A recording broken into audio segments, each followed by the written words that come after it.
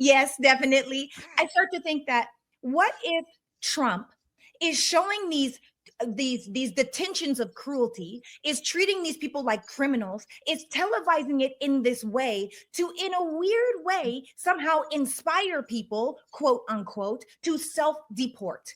Well, that's I mean, that's our other big question of the day, and I'm glad you brought that up. That ICE has a new program that is encouraging people to self-report, and they get $1,000 and travel assistance, whatever that means, to go back to the country that they came from.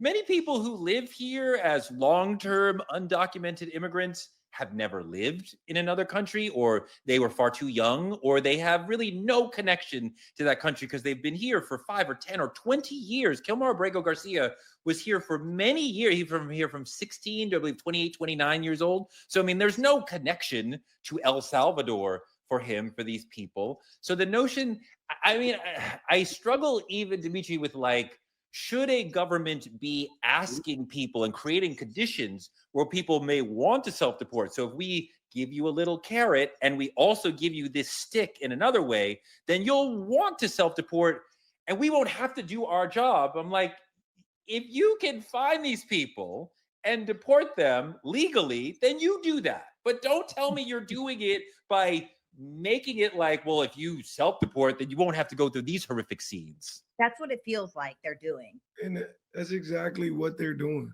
And the thing about it is, it speaks to how intelligent the government believes these people to be. ICE believes these people to be. The idea that if I breadcrumb you, give you just a little bit better than what you're known to, $1,000. That's not even a weekly salary in the United States. $1,000 for most. $1,000. The thing about it is, I recently came back from Canada. I went over to Canada to see how they're living on that. Are you side. okay? And I'm safe. I'm safe. Okay.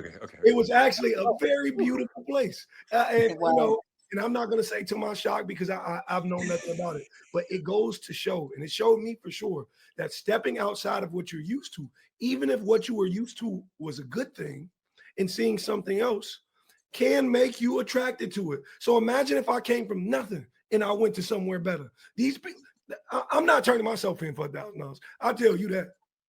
You know, even Canadians, you bring up going to Canada, even Canadians have been treated this way. And historically, we actually liked Canadians. We as Americans, we know nothing about Canada, but we like Canada. Canada is fine, right? We don't mind them. But even Canadians are being, show them the Canadian clip.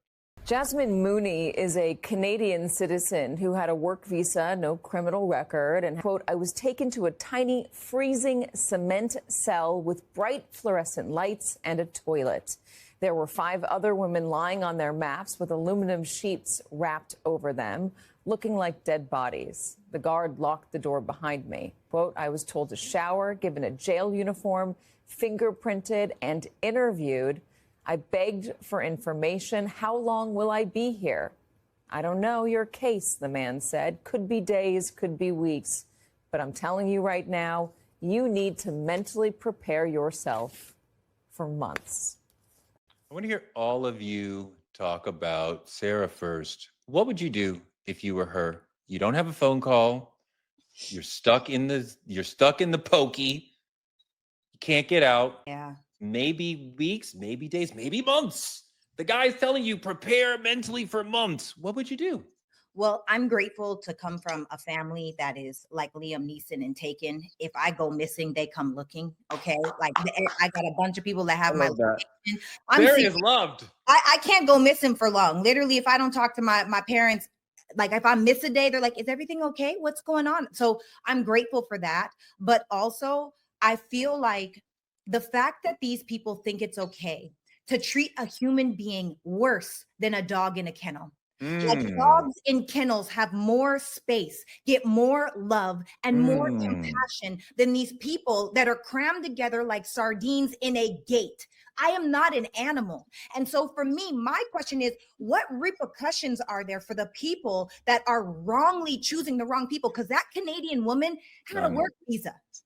So this is another example of how they it's like, oh yeah, if we got it wrong, it's just wrong. Oh no, there needs to be some sort of legal repercussion that you could take.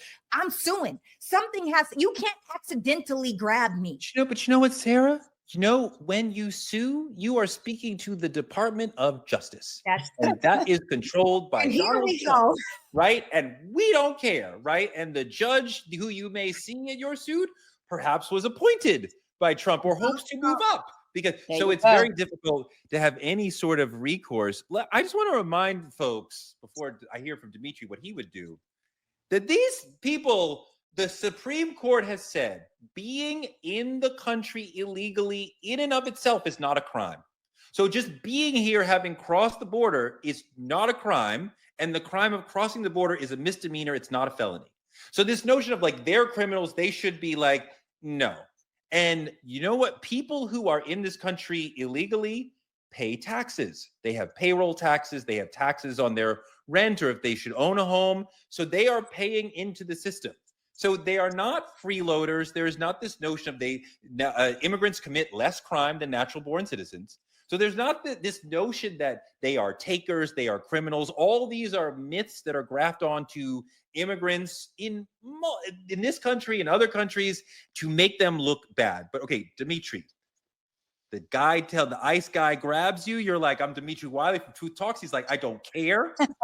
Get in the cell. You may be in there for months. What do you do? I'm gonna be honest with you, man, and this is the complete truth. It might be the end of me that day. Reason being because I go from Dimitri Wiley on Truth Talks to black man who will not be contained or detained and treated like an animal. So it may be the end of me. I don't want to say there's this rage or anything like that lives inside of me, but there is this fight for freedom. And I know for fuck sure my freedom is more than $1,000. I know it's more than $10,000, $1 million, all of that.